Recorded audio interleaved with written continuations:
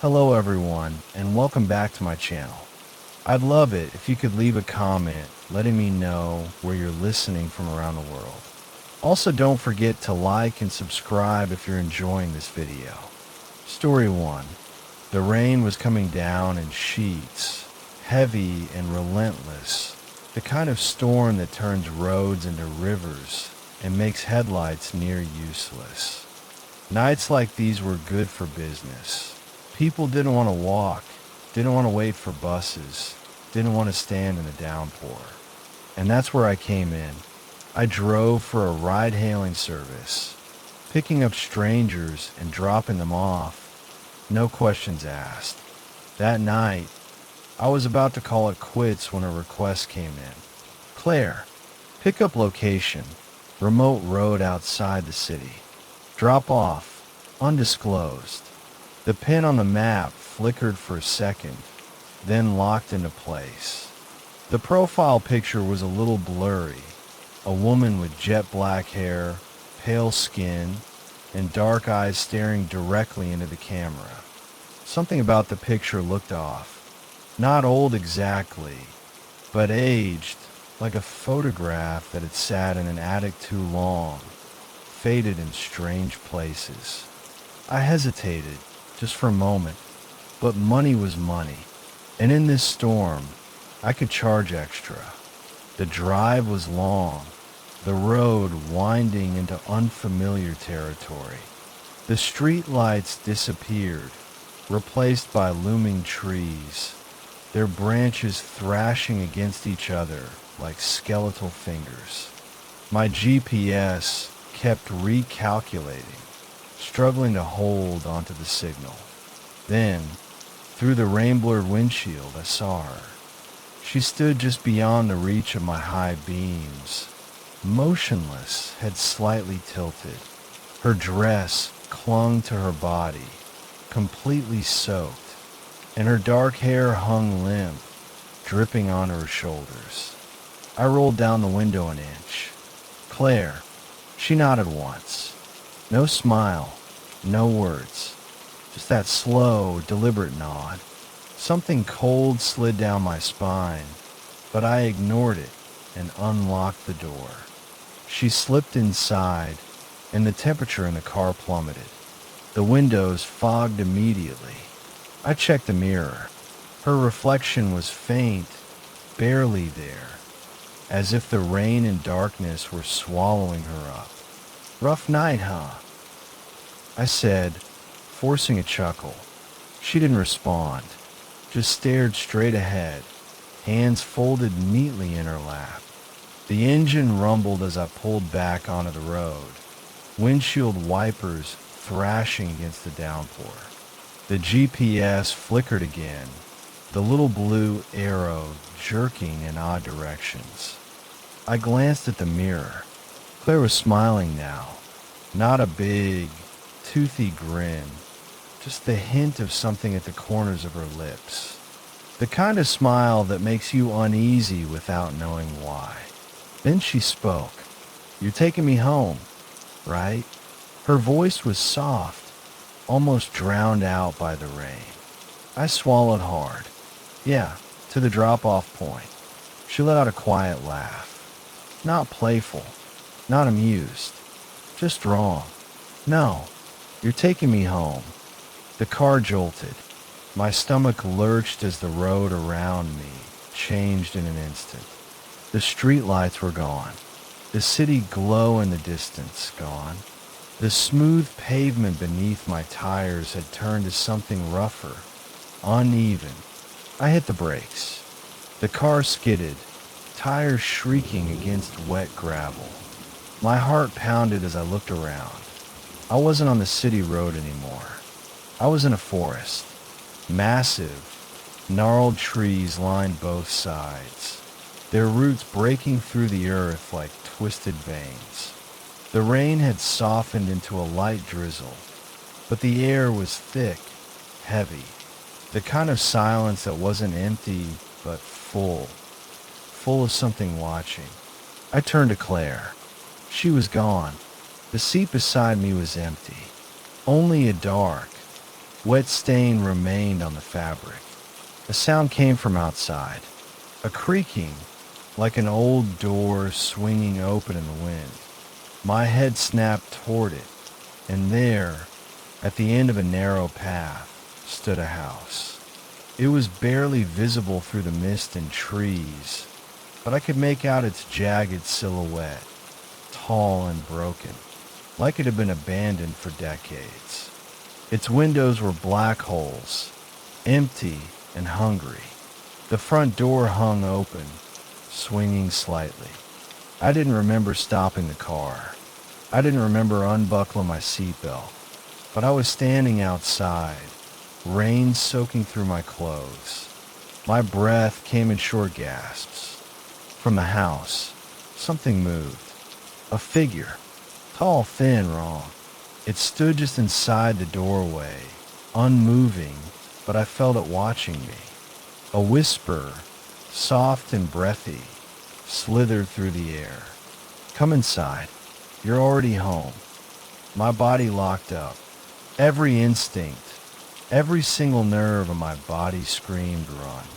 I spun, slammed the car door shut, and floored the gas pedal.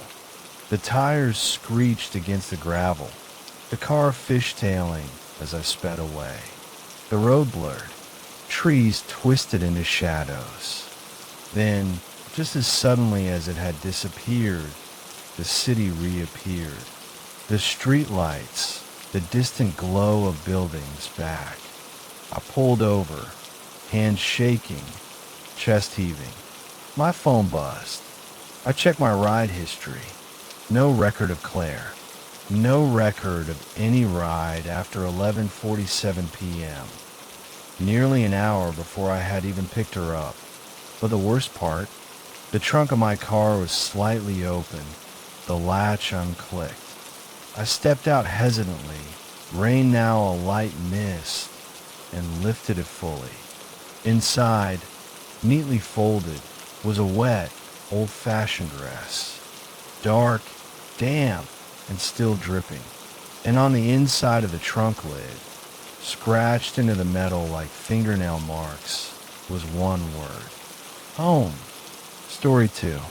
It was one of those nights when the rain felt alive, slamming against my apartment window like it wanted to get in. Sheets of water poured down the glass, distorting the city lights outside, turning everything into a smear of shifting shadows. I was alone. My roommate had left for the weekend, and I had the whole place to myself. A rare luxury. I had planned to stay up late, watch some mindless horror movies, but the rain had a way of pulling sleep from you, dragging you under. By midnight, I was out cold on the couch. Then I heard it. Knock, knock, knock. It was slow, deliberate, right outside my front door. I blinked, disoriented, my mind still heavy with sleep. My first thought was that it was my roommate. Maybe he'd forgotten something and come back. But then I remembered. He wasn't due home until Sunday. I reached for my phone, squinting at the brightness. 3:12 a.m. A weird shiver ran down my back. Something about that time felt wrong. I sat up, heart pounding in my ears. Maybe it was a drunk neighbor knocking on the wrong door. It wouldn't be the first time. Another knock. Harder this time. Knock, knock, knock. I got up, moving slowly toward the door. I pressed my eye to the peephole. Nothing. Just the dimly lit hallway, flickering with the weak yellow glow of the emergency lights. The rain pounded against the windows at the far end of the corridor. I waited, holding my breath. Nothing. I was about to turn away when... Knock, knock, knock. I jumped, my breath catching in my throat. It had come again, but this time I had been watching. I had been looking right at the door when it knocked, and there had been no one there. I took a step back. My skin crawled with an instinctive fear, a kind of primal warning screaming at me to not open that door. But my fingers were already reaching for the handle. I don't know why. Some stupid part of my brain just needed to confirm it, to see with my own eyes that there was nothing there. Maybe then I could go back to sleep, laugh about it in the morning. The lock clicked. I cracked the door open just an inch. The hallway was empty, but the lights above flickered violently, buzzing like a dying insect. A strange humming noise filled my ears, low and droning, like something just outside the range of hearing. And then I saw it. Wet footprints. Small, bare, leading into my apartment. My chest tightened. I couldn't breathe.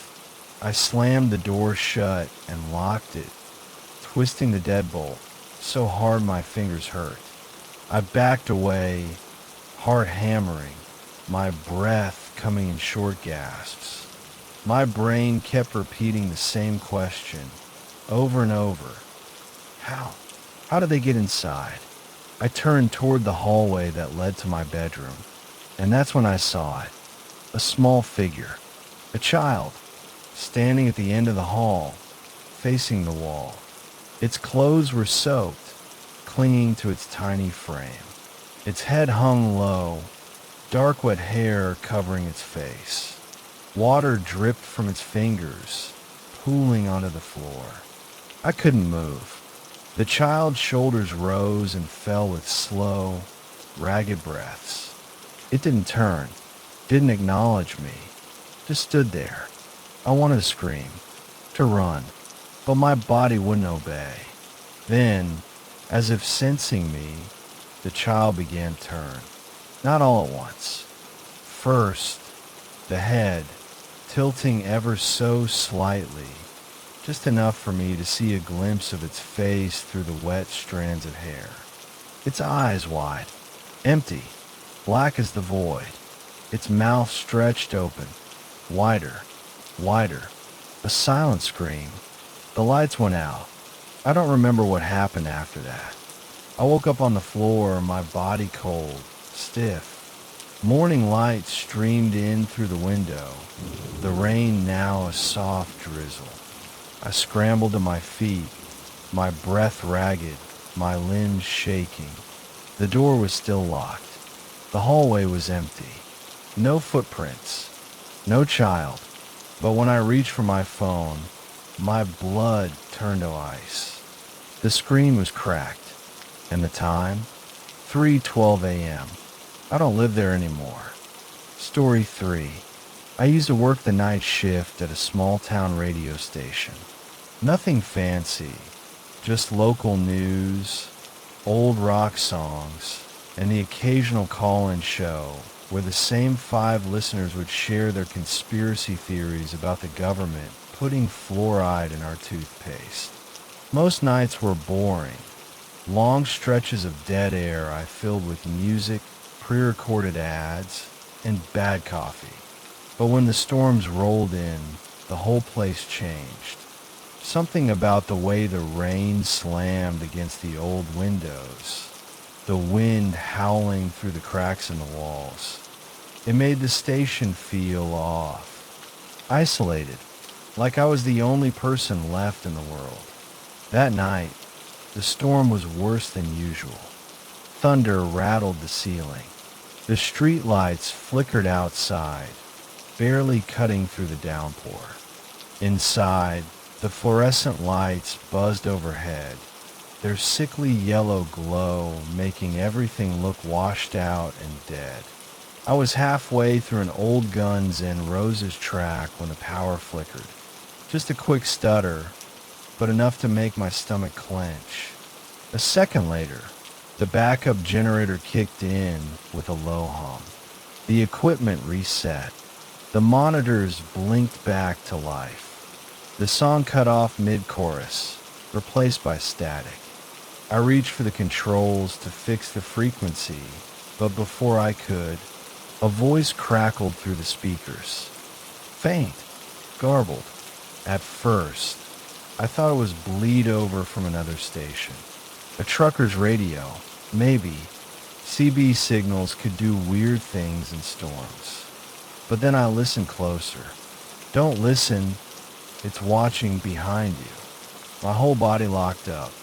I spun around so fast my chair nearly tipped over. Nothing, just the darkened recording booth behind me. The glass reflected the flickering lights, the storm raging outside, my own pale face staring back. I swallowed hard, forced to laugh. What the hell was that? I muttered, reaching for the console. I twisted the knob, trying to tune out the interference. But the static only grew louder, like a swarm of insects crawling inside my ears. And beneath it, too late, don't turn around again. The hairs on my arms stood up. I checked the system logs. There shouldn't have been anything broadcasting. No pre-recorded segments. No live feeds. No external connections. A loud pop echoed through the station as every light went out at once. I was plunged into total darkness. The hum of the generator died. The only sound left was the rain hammering the roof and a whispering static from the speakers. My breath came fast. Too fast. I fumbled for my phone, the dim glow of the screen barely illuminating the room. That's when I saw the recording booth, saw the glass, saw the reflection. Someone, something, was standing behind me. Tall, thin, head tilted to the side as if studying me. My hands went ice cold. My brain screamed at me to run, but my body wouldn't move. I blinked. It was closer. I don't remember getting up. I don't remember grabbing my keys. All I know is that 1 second I was in that chair, and the next I was bolting down the hallway, crashing through the exit into the storm. I didn't stop running until I reached my car. I slammed the door shut, locked it, and sat there shaking, my breath fogging up the windows. The station loomed in my rearview mirror, dark and silent. I told myself I was being stupid, that it was just a trick of the light, that I'd imagined it. Then my phone buzzed. A text. Unknown number. Don't come back. I drove home. I called in sick the next day. I told myself I'd just overworked myself, that I was seeing things, hearing things. Then my boss called, not to ask why I left, not to yell at me for abandoning my shift. No, he was just confused. The storm knocked out power to the whole block, he said. We've been off the air since midnight. I gripped the phone tighter. No, that's not right. I was there. The generator kicked in. We have no generator, he said. My mouth went dry. No generator. No power. No broadcast. But I heard it. So tell me, who was speaking through the radio that night?